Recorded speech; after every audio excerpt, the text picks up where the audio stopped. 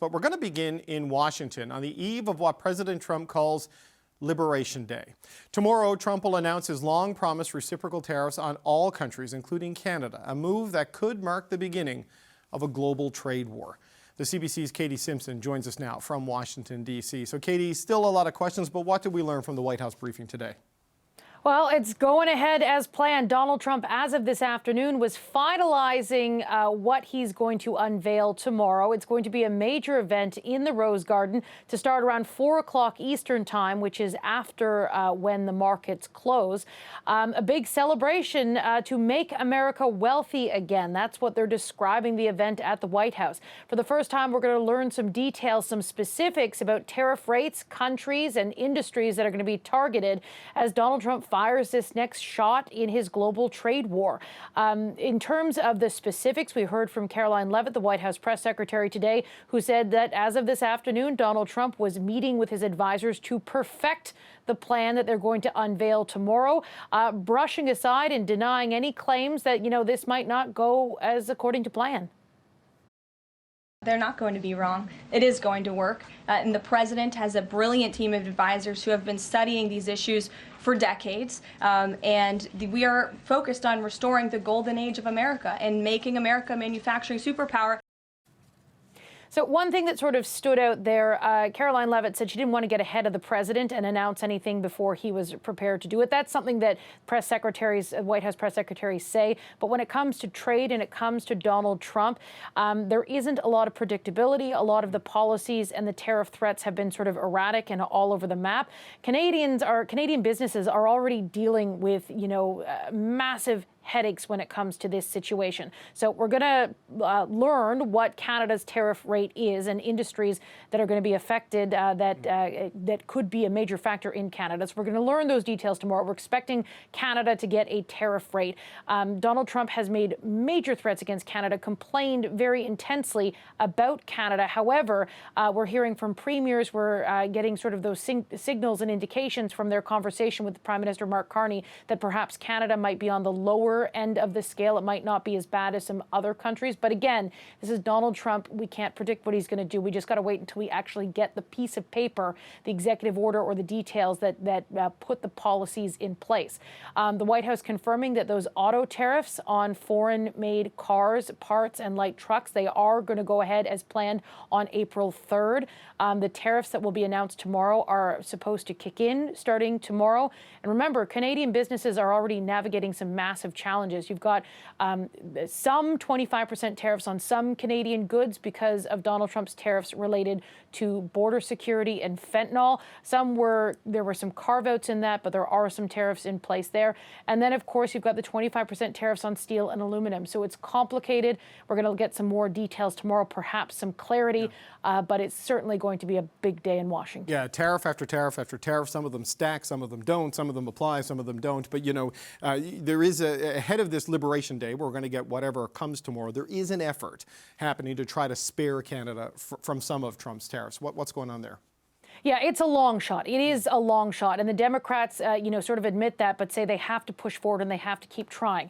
Up on Capitol Hill today, there was a news conference where Democratic senators talked about their effort to try and get rid of the fentanyl and border security related tariffs on Canada.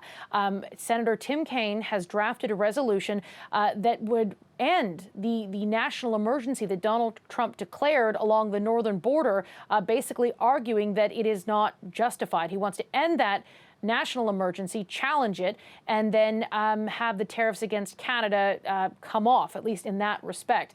Have a listen to what some of the Democratic senators had to say about that effort today. The president has justified the imposition of these tariffs on, in my view, a made-up emergency. The amount of fentanyl that comes over the Canadian border is minuscule. They're doing it so they raise revenue so they can give tax cuts to the billionaires. We're asking for 4 Republican senators to actually go on record what they've all said privately. They're aghast at the tariffs. Canadians got a right to be pissed. We got a responsibility to step up as bipartisan members of the Senate and say no. Here's the thing about that. Right now, there are 3 Republican senators, possibly a 4th, that are willing to support Democrats all it needs is a simple majority to pass in the Senate. And even if that happens, it's going to be a more symbolic loss for Trump rather than something with some teeth, because from there, it would also have to go to the House and pass by the Republican-controlled House. House Speaker Mike Johnson, who, of course, is a Trump ally, he's not expected to even bring it up for a vote, or even if it did, again, the House is controlled by Republicans. So it is a long shot, but they're trying. They're getting out there and really trying to get the message to American voters that Donald Trump's tariffs are a tax on Americans. They're actually standing in front of a podium that said Trump's Canada tariffs equals new sales tax. So they're trying to get that message out as part of their resistance to the Trump agenda. Okay, Katie, thank you so much. That's the CBC's Katie Simpson with us today in Washington. We also learned today some of the specific trade irritants the Trump administration has identified in Canada. The Office of the U.S. Trade Representative released its annual list of global trade barriers. In that 400-page document, Canada's supply management system on dairy, poultry, and eggs is named. So are provincial liquor control boards, like the LCBO here in Ontario. And Quebec's language law, Bill 96, is also listed as an irritant.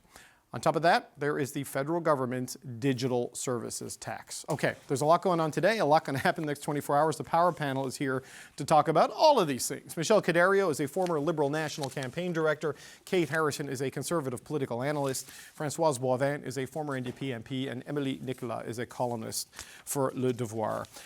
Michelle, let's start with you. We don't know exactly what's coming tomorrow from Donald Trump, but it's probably not going to be good. Well, what does this do to the already massive Trump presence in this campaign? Well, I think Canadians are probably going to sleep tonight with a little bit of anxiety, as I certainly am. And tomorrow is going to be probably a bit of a lost day on the campaign trail. Everybody, from the Prime Minister to the opposition leaders, are going to be taken off script and forced to respond to whatever it is that the president decides to put forward. I am skeptical that it's going to go that much lighter on Canada, because let's be honest, any tariff hurts Canadians and hurts Canadian jobs. And so, I think it's another lost day on the campaign where we're going to be focused on a response to another country.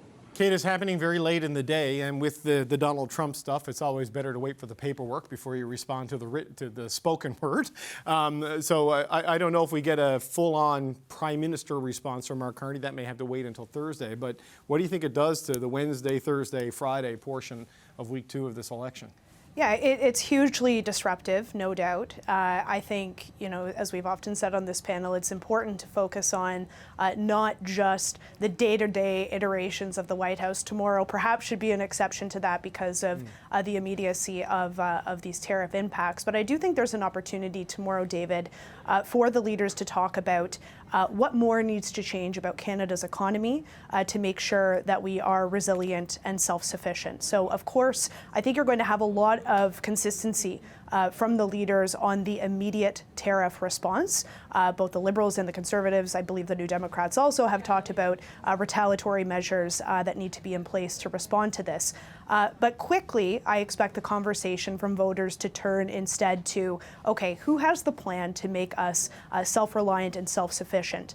And I would say that today's admission from the Liberals and Mark Carney that they're not willing to revisit C-69, which has had a significant detrimental impact on getting energy resources across Canada to other markets. It's been a huge barrier to getting energy projects built.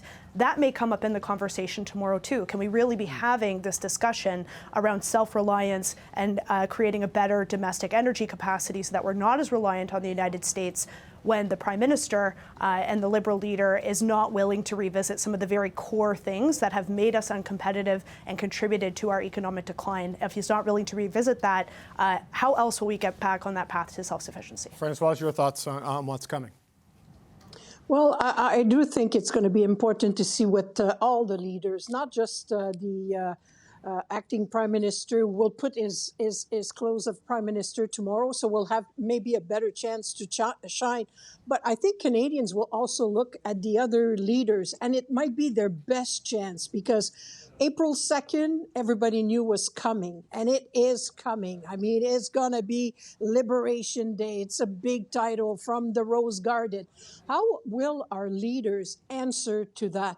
I'm sure Canadians are going to look for a plan, but we already hear bits and parts of every leaders of what they think Canada should do.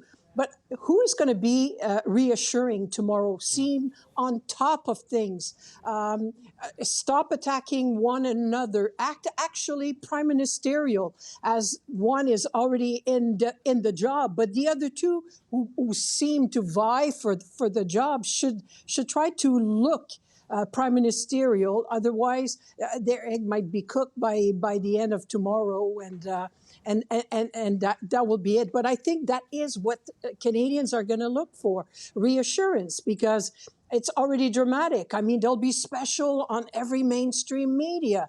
And the level of anxiety is rising as more as we talk about it. So I'm expecting them to reassure, look like they know what they're talking about, they know where they're going, and they know where they want to bring us. Emily, what do you expect to see tomorrow? What do you think Canadians want to hear from their leaders tomorrow? I think they want to hear not from party leaders, but I think they'll want to hear from the Prime Minister and the government. And I think that makes it tricky for anyone trying to campaign in this situation. We all know as journalists that it's much more effective to show than tell. And Mark Carney doesn't have to tell us how he responds as a prime minister. He's just showing us how he is actively responding as a prime minister, while people have to tell and make us imagine how they would do in the job. And so as far as the campaign is going, it is giving an advantage to Mark Carney. There's also Mélanie Joly, who's supposed to be leaving for NATO meetings on Thursday. So there's going to be more actions in Europe then. And so we're looking ahead at a week that isn't going to look like a normal electoral campaign, but none of that is actually a surprise. April 2nd was a day in the calendar from the get-go. And so I'm expecting also that political parties plan for that from the start. The last thing I will say is that as far as Yves-François Blanchet is concerned, even the two in the list of irritants that Donald Trump just published, or his administration just published, there's the dairy supply and Quebec language laws.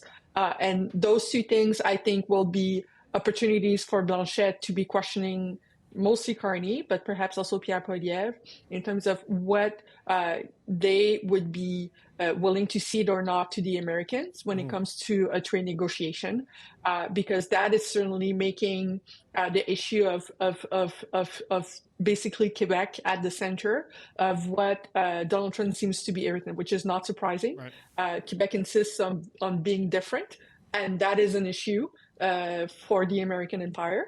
And this is why Quebecers are very much not willing to be Americans. Yeah, I believe Mark Carney was asked about that today. He said supply management doesn't go on the table in trade negotiations, and neither does Bill 96, though he has his position. He was pushed about that they may intervene on Bill 96 or will intervene on Bill 96 when it goes to the Supreme Court, not to oppose the intention of the language laws, but to get clarity on the preemptive ruling of the notwithstanding clause. Now, how that plays in Quebec, that's a conversation for another day.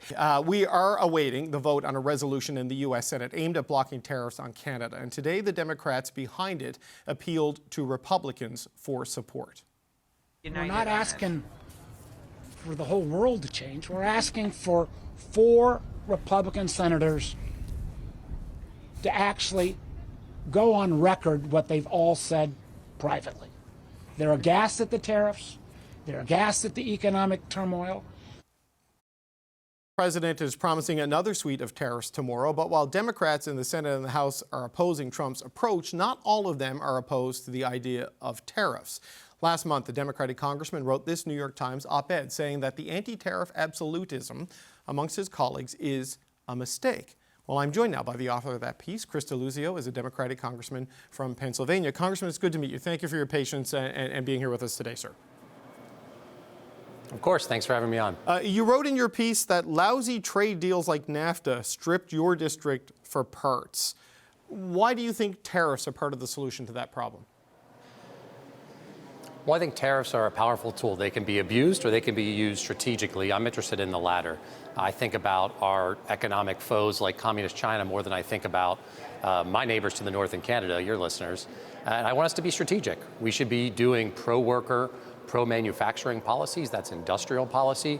That's renegotiating trade agreements. And I'm someone who's been clear. I'd like us to go back to the negotiating table on the USMCA, on what I call NAFTA 2.0, with your listeners in Canada, our neighbors to the south in Mexico. Tariffs alone aren't going to work, I think, to revitalize American manufacturing, and we have to be clear. Countries like Canada, where I sit, where we have more balanced trade, ought to be treated differently than, say, a country like Communist China. And I'd like to see our trade policy in the States here reflect that reality. Okay, so you say you want to go back to the bargaining table with NAFTA, CUSMA, USMCA, whatever alphabet mix you want to use there. Is that because you think Canada got a deal that punishes the United States, or is it just tweaking that you're talking about? Well, I think for the American people, and certainly I represent steel country in Western Pennsylvania, and by the way, thank you for your exports of Sidney Crosby and Mary Lou LeView. We very much appreciate that. You're welcome. I have to tell you, one of the things that I'm very concerned about is, in particular, trade with Mexico. We've seen our trade deficit expand considerably since NAFTA and also since the USMCA. And to me, tariffs alone cannot fix that. We have had duty-free access in America to Mexican markets on most products since NAFTA, and yet our trade deficit has ballooned. We need the USMCA to require the Mexican government to take action to lift up worker pay so that American workers and Canadian workers, from where you sit, aren't undercut, so that we can compete more fairly. That has not happened under the USMCA. I think we have to go back to the negotiating table for those and a bunch of other reasons. But again, I worry much more about countries where we in the United States have trade imbalances. That's Communist China, that's Mexico, that's many others. That's not to say I don't want us to be tougher on that negotiating table with your counterparts, for sure. But I think we need to be much more strategic and aggressive with countries like China. Well, there's tough negotiations, and then there's a trade war, right? And there's a big gap between those two actions. But the president has accused Canada of stealing the auto industry. He says the U.S. doesn't need Canadian lumber, doesn't need Canadian oil. I mean, how do you respond to those sort of allegations and those big giant headlines that resonate right across the border here? Well, I think with a little bit of sanity, right? I'm going to be clear about protecting American industry and American workers, and I have much more concerns with, say, Mexico and China than I do with Canada. But also, I'll be clear, too. I would expect the Canadian government to be as tough as nails when it comes to standing up for Canadian jobs. I'm going to do the same thing for American jobs. You're our trading partners. I'm in Pennsylvania. Most substantial trading partner for us in Pennsylvania is Canada. Yeah. And so we have to be clear about that reality and also be clear where things have to improve. The Canadians were involved in what the Biden administration even found was dumping of tin mill steel in the United States. So where there are violations, I expect us to be clear and to remedy those. And the best way to do that from where I sit is to go back to the negotiating table at USMCA, be tough with each other, and iron out a stronger deal for all of us. Well, certainly the Liberal leader, Mark Carney, because we're in the middle of an election, he's still the Prime Minister, but who knows after April 28th. He says in his conversation with the President that a more comprehensive conversation would begin after the election is over. So we'll see where that goes. But in the meantime, you mentioned we're your biggest market in Pennsylvania. It's about $14 billion of exports you send here, according to your Chamber of Commerce. If the tariffs come tomorrow and then the counter tariffs follow, I mean, what does this do to your local economy? Well, I think you're hearing a lot of that from, say, our agricultural industry, our farmers. I'm in steel country in particular, where we're sensitive to not just competition with Canadians, but certainly with the Chinese and others. And so my argument, my plea for our administration to be strategic is about exactly this, understanding where the impacts are going to be felt in a place like Pennsylvania, and being tough about assessing those risks and whether it's worth doing something like reciprocal tariffs now rather than being smart and negotiating more broadly USMCA. And so to me, again, I think tariffs alone are not a tool that can be effective if they aren't also paired with thinking about industrial policy, thinking about the environmental costs of polluters and countries that have weaker rules, and the same argument I'd make around pro-worker policies in the countries that don't have them. All of those things together, to me, are about a much more fulsome industrial and trade policy. It seemed, though, for a while, certainly under President Biden and Prime Minister Trudeau, both gone now, that there was a move to align continentally, or at least Canada and the United States, on 100% tariffs on Chinese electric vehicles and Chinese raw materials and things like this to sort of deal with these trade imbalances, the challenges presented by a non-market economy like China, and to try to work together as a continental market and free trade partners. And all of that seems to be gone right now. So like the plea for sanity you're making, I know there's this push in the Senate tonight, but you know, President Trump keeps going around Congress with executive orders. I mean, what's your optimism on a path of getting back to the point where it kind of functions the way it used to, and you can work together through normal trade practices to deal with these problems? Well, let me say this, though, and I want to be clear and direct, and I say this as a guy from Western Pennsylvania, steel country, what we often call the Rust Belt in America. The way things were, looking back the last several decades, haven't worked out for lots of places like my district and communities like mine. We're not interested in going back to that. And so we should be clear-eyed about that as we go back to the negotiating table with each other. I expect my government to be tough. I disagree with a lot of what President Trump has been doing, but I'm not willing to say that he should go back to the way things were, because it really has hurt manufacturing in places like Western Pennsylvania. So I'm clear about the costs of a reckless trade war, and I want to avoid it. But I also want us to be clear that I do not want us to go back to a time where we are outsourcing and shifting manufacturing all over the world to whichever country had the weakest environmental and worker rules. It has not worked out for the American people. No, and I take your point on that, and I certainly wasn't suggesting going back to that. I'm talking about in the last 12 months when the two governments would work together to deal as a common front to deal with China, for example, right? I mean, do you see a path back to that? Because if you're going to be a continental market, work together on defense and security and economic integration, that seems the more productive path, at least up here north of the 49th parallel. Well, and certainly, and this isn't just with our continental friends, I think about our friends in the Indo-Pacific, who we have to be strategic with as we look to counter China's malign influence, which has been destabilizing global markets, threatening our friends and allies. And so certainly for us, as we confront communist China and their very anti-competitive practices at home, we need our friends and allies with us, and certainly that includes Canada. So, Congressman, just a final question about what's coming tomorrow. I'm not going to ask you to read the president's mind, but is there something that you're dreading could come tomorrow? Because it seems like it's going to be very broad-based, and it is very unpredictable. Is there one thing you're worried about in particular for your constituents and say, the North American dynamic right now? I shouldn't speculate or guess. We'll find out what the president announces tomorrow. But as you can imagine, I care a heck of a lot about Pennsylvania industries. That's steel, that's a lot of manufacturing, that's agriculture, and I could go on and on. And so I'm most focused on what is best for the people I represent. And I'll have my response and answer when I see exactly what the president's going to propose. Well, Congressman Chris DeLuzio from Pennsylvania, it was good to meet you, sir. Thank you for joining us here on Power and Politics today. April 2nd, 2025 will go down as one of the most important days in modern American history. Those days of America, beginning tomorrow, being ripped off are over. The full details of what's to come are not known, but economists say the ripple effects would shrink the Canadian economy. An analysis by the Conference Board of Canada says we would see Canada's GDP down 1.3% over the next 3 months, and inflation would rise by 0.7%. Pedro Antunes is the chief economist for the Conference Board of Canada, and he joins me now. Pedro, it's good to see you. Thanks for being here. It's a pleasure, David. Thanks for having me. Bank of Canada Governor Tiff Macklem described the economic consequences for Canada in a trade war as severe. Your projections, is that as severe as it gets? How bad could it be? What are you seeing?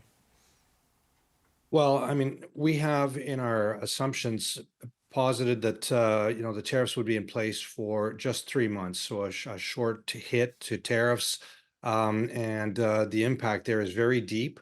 But of course, the economy would rebound if the tariffs come off next quarter.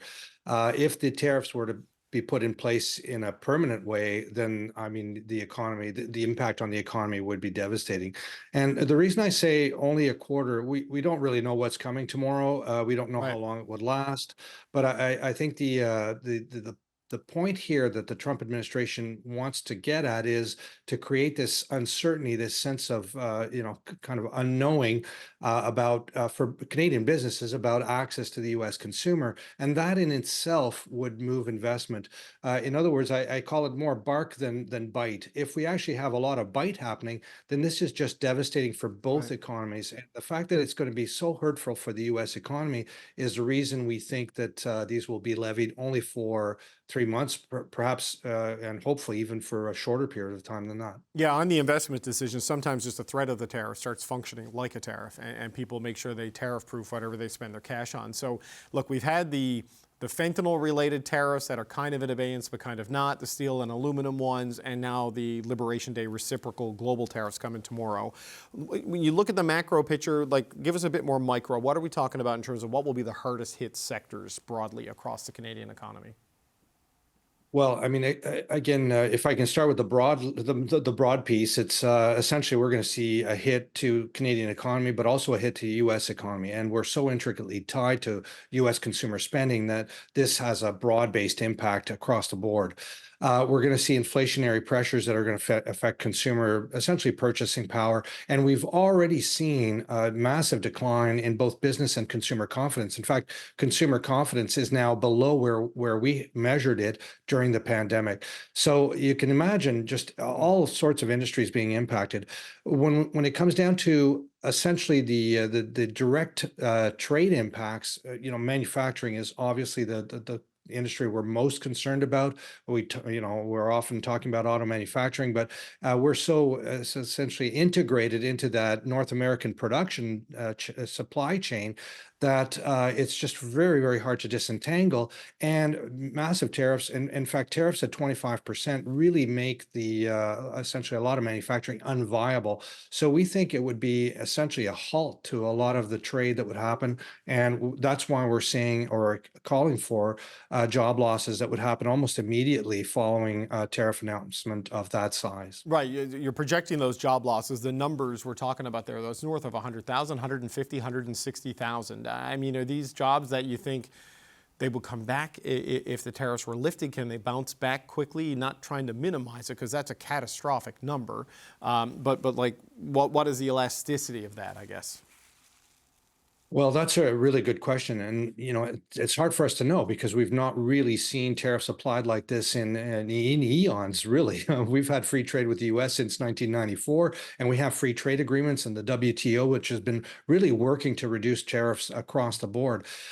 So it all really depends on how businesses are going to interpret the policies south of the border. Now, our hope is that we do see a rebound in employment, that essentially the manufacturers and other industries would essentially take a wait and see approach to this.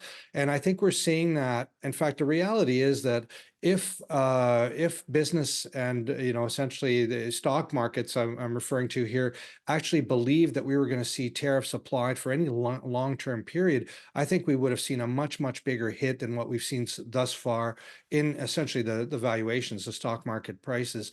So that's why I think we're hanging on to hope here that this is a temporary impact that is more bark than bite. Hopefully, we'll see tariffs that are lighter tomorrow than what we've assumed in our forecast. And again, hopefully we will see businesses holding on and bouncing back once the tariffs are lifted. But, negative economic growth, economic contraction, tens of thousands, north of 150,000 job losses. There is, it's impossible to know exactly until we know exactly what is going to happen. And even that is difficult to translate as the president lays it out sometimes. So just when you're watching whatever comes tomorrow from the White House, well, what's the key thing we should zero in on? What are you watching for tomorrow specifically, Pedro? Well, I mean, I do think obviously we're getting revised messages almost on a daily basis, but I do think we're going to be a little exposed on some of the things, certainly on agriculture and on supply managed agriculture. I think we're going to take a hit. So hopefully that tariff is not at 25%. But I think the idea here from what we're hearing from the U.S. administration is to apply a tariff that's equivalent to some of the essentially protectionist policies that we have in Canada. Right. And we do have essentially very high tariffs on dairy and milk products. So who knows what the number will be, but I think we are, essentially going to be forced into kind of and pressured into renegotiating our USMCA agreement, and I think we're possibly going to have to give on some of these pieces. Defense spending is another. Certainly, we keep hearing about some pressures on the banking sector. Who knows what will come tomorrow? We'll have to wait and see. Okay, Pedro Antunes, Chief Economist of the Conference Board of Canada. Always a pleasure to speak with you. Thank you, sir.